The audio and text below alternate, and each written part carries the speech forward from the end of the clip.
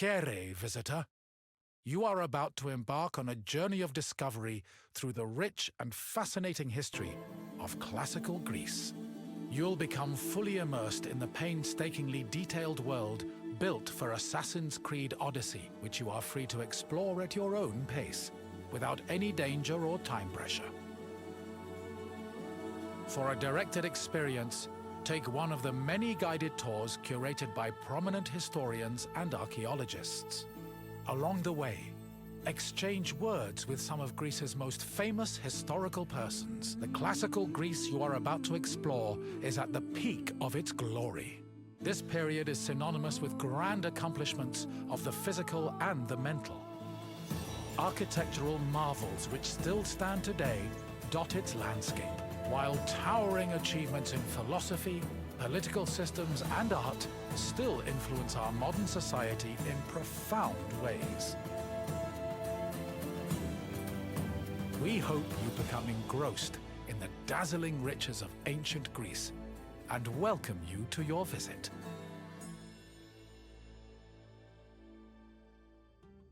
Ah, my friend, I see you followed your nose to this lovely perfumery, perfume yard, perfactory?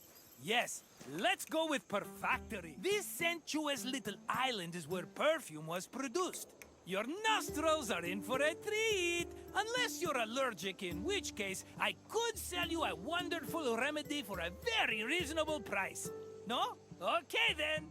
Perfume-making techniques were invented and perfected in Mesopotamia and Egypt, beginning in the 4th millennium BCE.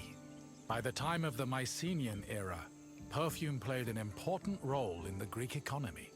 Mostly reserved for kings, priests, and aristocrats in the beginning, it later became more widely available during the classical and Hellenistic periods. Greeks used perfume for more than just personal cosmetics. It also had sacred uses. For example, cults would sometimes anoint their god's statue with perfume, and it was also used during rituals like weddings and funerals. Food and wine could also be scented with perfume to add to a meal's presentation.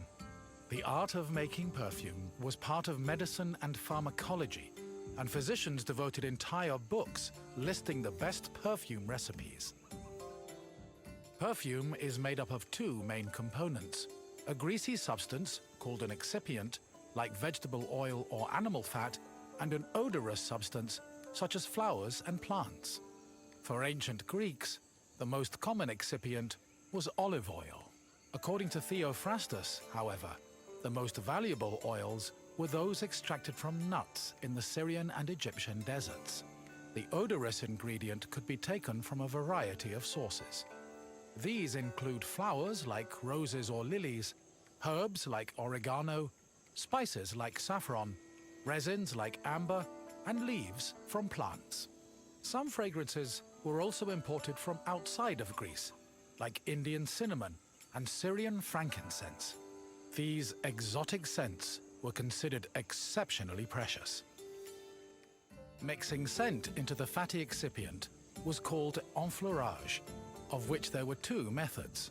If the flower being used for the scent was fragile, the preferred method of extraction was cold enfleurage, which required an oil-soaked cloth. First, the cloth was rubbed against the flower's petals, saturating the oil with the scent. Then, the cloth was pressed to wring out the scented oil. Hot enfleurage involved heating the excipient before mixing in the scented substance. The hot enfleurage process consisted of heating and distillation. After the scented ingredients were dipped into heated oil, the mixture was then filtered before being pressed and decanted. Once the mixture was complete, spices, coloring agents, and fixatives were added, along with preservatives to prevent the perfume from spoiling. Finally, the liquid was hermetically sealed in bottles, ready to be shipped to market. Perfume was usually bottled in ceramic or glass flasks, but more luxurious fragrances were contained in ornamented and painted flasks. Lekythoi and alabastra were elegant bottles designed for women, while arabaloi were used by athletes. It was common for the bottle's craftsmen to brand them, to prevent frauds and knockoffs. Perfume shops were usually located in city centers, befitting of their importance. In addition to selling perfume, they were also sometimes used as meeting places. For example, the perfume shops near Athens's Agora were frequented every morning by the city's youth.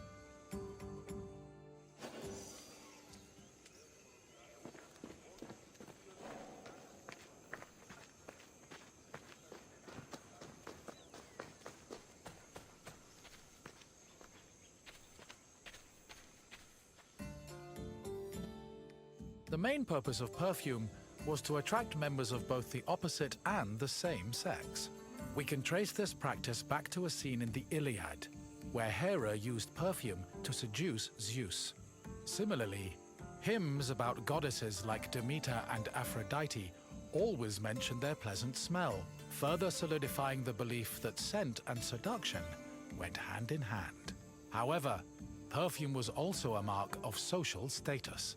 Athletes covered themselves in perfumed oils during their training and at symposia, and citizens were judged based on how anointed, shiny, and perfumed their bodies were. Hello again, my friend! I hope you see now how important perfume was, not only for aesthetic purposes, but for Greek social hierarchy. I wouldn't charge so much for my own bottles if I didn't know the value of what I was selling. But I have a feeling we'll run into each other again soon. Farewell!